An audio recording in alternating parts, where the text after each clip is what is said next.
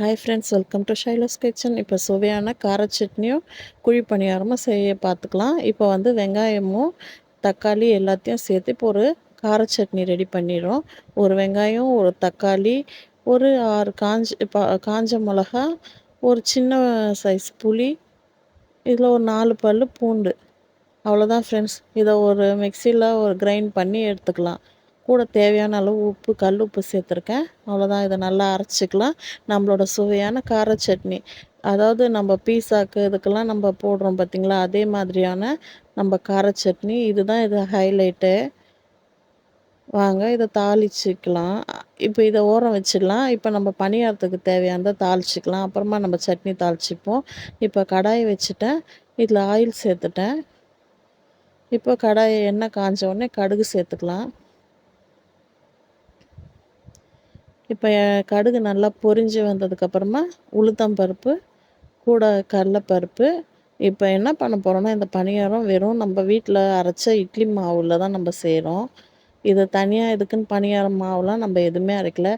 உங்கள் வீட்டில் இட்லி மாவு இருந்தால் போதும். அதுலேயே நம்ம சூப்பரான குண்டு குண்டாக குழி பணியாரம் நம்ம ரெடி பண்ணிக்கலாம். அவ்வளோ டேஸ்ட்டாக இருக்கும் இது, இந்த சட்னி. இப்போ மாவு இட்லி மாவு ஊற்றுறதுக்கு திக்கா எப்படி இருக்குமோ அதே சேம் ப்ராசஸ் தான். நம்ம தண்ணிலாம் இல்லாமல் தோசை மாவுலாம் இருக்கக்கூடாது. இட்லி மாவு மாதிரி திக்காக இருக்கணும். இதில் இந்த கடலப்பருப்பு, உளுத்தம்பருப்பு வறுத்ததில் இந்த வெங்காயம், பச்சை மிளகாவை சும்மா போட்டு எண்ணெயில் லேசாக ஒரே ஒரு வதக்கு போதும். ஏன்னா இப்போ நம்ம அதில் ஊற்றினோன்னா அதுலேயே அந்த கிறிஸ்பினஸ் வந்துடும்.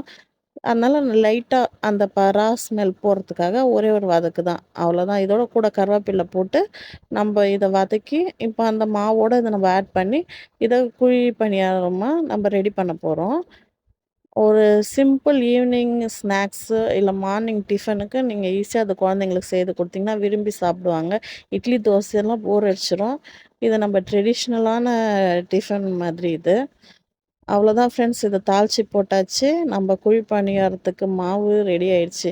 ஒரே ஒரு இட்லி மாவில் இது எல்லாத்தையும் ரெடி பண்ணி நம்ம ஊற்றுறோம். இது எவ்வளோ குண்டு குண்டாக அழகாக வருதுன்னு பாருங்கள். இப்போ நம்ம அந்த சட்னியை தாளிச்சிக்கலாம். அதுக்கு கடாய் வச்சு இதில் கொஞ்சம் ஆயில் சேர்த்துக்கிறேன். இதில் கடுகு, கருவேப்பிலை சேர்த்து நம்ம இது சட்னி தாளிப்புக்கு ரெடி பண்ணிக்கலாம். எண்ணெய் காஞ்சிடுச்சு. இப்போ நான் இதில் கடுகு 2 ஸ்பூன் சேர்த்துட்டேன். கருவேப்பிலை சேர்த்து நம்ம சூப்பரான அந்த கார சட்னிக்கு இது ஏற்கனவே வீட்டில் இப்போ மார்னிங் லஞ்சு சீக்கிரம் பண்ணிடுறதுனால அந்த சாம்பாரும் இருக்குது. இருந்தாலும் இதுக்கு இந்த சட்னி அவ்வளோ டேஸ்ட்டாக இருக்கும். அதை நீங்கள் ட்ரை பண்ணோம். ஒரே சிம்பிள். எந்த ஒரு இட்லியோ தோசைக்கோ எதுவாக இருந்தாலும் இந்த கார சட்னி ஈஸியான பெஸ்ட்டு. இது அதுக்காக தான் இப்போ நான் அந்த சட்னியை உங்களுக்கு ரெடி பண்ணி காட்டுறேன். இந்த பணியாரத்துக்கு முதல்ல இதுதான் ஹைலைட்டு. இந்த கார சட்னி அவ்வளோ டேஸ்ட்டாக இருக்கும். நல்லா புளிப்பு, காரம், பூண்டோட ஸ்மெல்லு எல்லாம் வேறு லெவலில் இருக்கும் இந்த சட்னி. இந்த எத்தனை நீங்கள் பணியாரம் சுட்டு வச்சாலும் சாப்பிட்டுட்டே இருப்பாங்க. அவ்வளோ டேஸ்டியாக இருக்கும். பார்க்கவே நம்ம ரெட்டிஷ்ஷாக சூப்பராக இருக்குது பார்த்துக்கோங்க. வாங்க அப்புறம் நம்ம பணியாரம் ரெடி பண்ணிக்கலாம். இதே மாதிரி நீங்களும் ட்ரை பண்ணுங்கள். இப்போ பாருங்கள், அவ்வளோதான். அந்த மாவு நம்ம கலந்து வச்சுட்டு, இப்போ இந்த பனியார கடாய் கொஞ்சம் ஹீட் ஆகட்டும் ஒரு 10 நிமிஷம். இது ஹீட் ஆனோடனே அதில் கொஞ்சம் நெய் சேர்த்துக்கலாம். நான் இப்போ கையில் நானே கேமரா பிடிச்சிட்டு பண்ணுறதுனால எனக்கு அந்தளவு கிளியரன்ஸாக பண்ண முடியல. கொஞ்சம் இது பண்ணி தான் நான் பண்ணிகிட்ருக்கேன். Sorry friends. இப்போ வந்து நம்ம அதில் நெய் சேர்த்துக்கலாம். நம்ம நெய்ய நல்லா தேய்ச்சி விட்டா கூட போதும். அதிகமா சிலருக்கு நெய் பிடிக்காது. நெய் பிடிக்காதவங்க எண்ணெய் சேர்த்துக்கலாம்.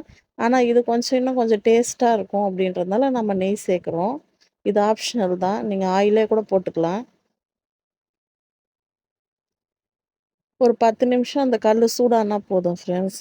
அந்த இதுக்கு மேல நீங்க அந்த மாவ நல்லா அந்த ஆனியன் எல்லாம் சேர்த்து வச்சிருக்கோம்ல, அத நல்லா கலக்கிட்டு பீட் பண்ணிட்டு, இப்ப நல்லா இந்த பிரஷ் வச்சு அந்த கடாயில நம்ம தேய்ச்சி விட்டுறணும் அந்த குழியிலலாம். இப்போ தேய்ச்சுட்டு இதுக்கு மேல அந்த மாவு நம்ம இப்போ ஊத்தலாம்.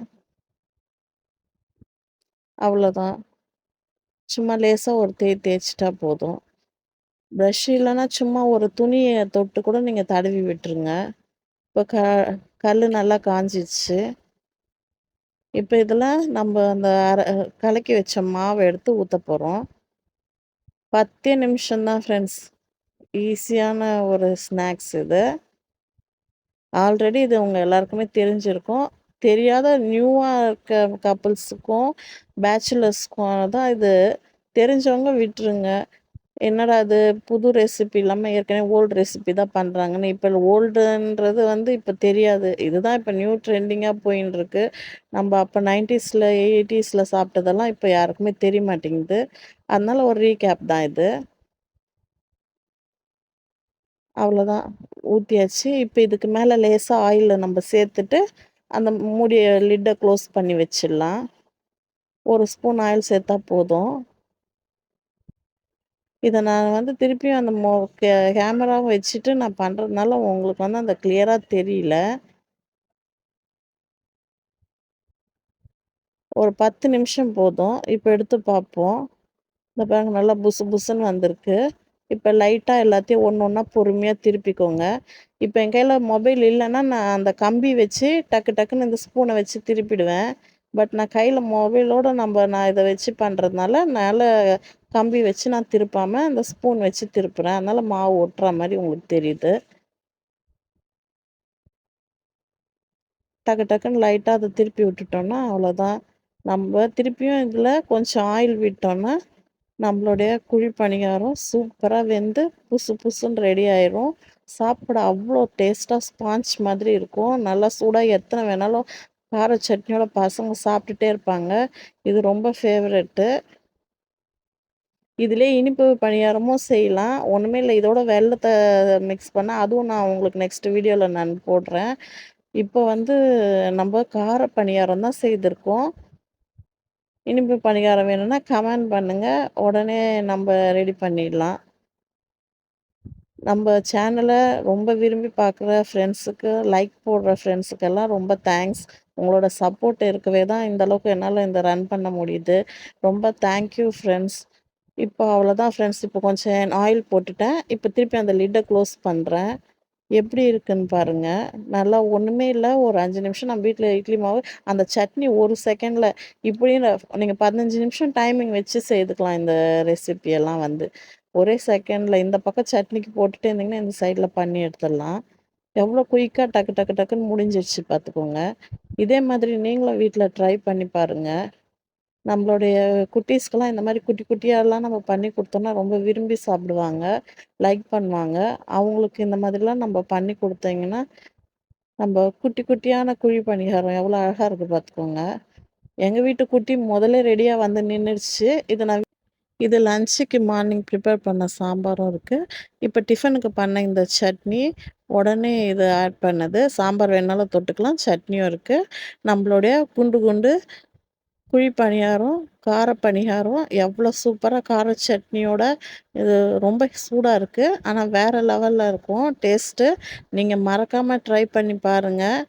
எவ்வளோ சூப்பரா, ஈஸியா, சிம்பிளா முடிச்சாச்சு.